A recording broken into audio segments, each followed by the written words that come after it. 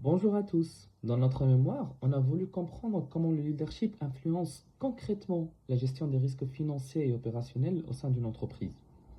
Après analyse et recherche, on a compris que le leadership n'est pas seulement une simple vision, mais plutôt un levier essentiel pour anticiper, encadrer et même réduire les risques pour une institution financière.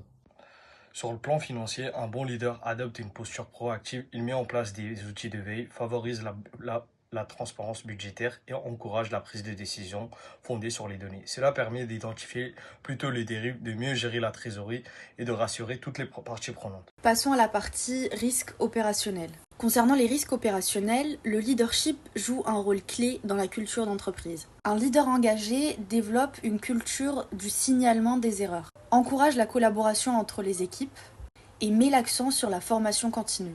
Cela limite les incidents, les retards et les pertes de qualité. Mais faisons attention, parce que tous les types de leadership n'ont pas le même impact.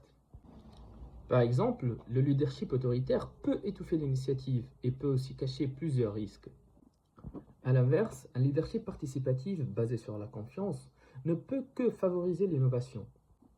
Ainsi, les collaborateurs vont se sentir travailler dans un environnement bienveillant qui leur aide à bien gérer les risques opérationnels et financiers et surtout à l'innovation.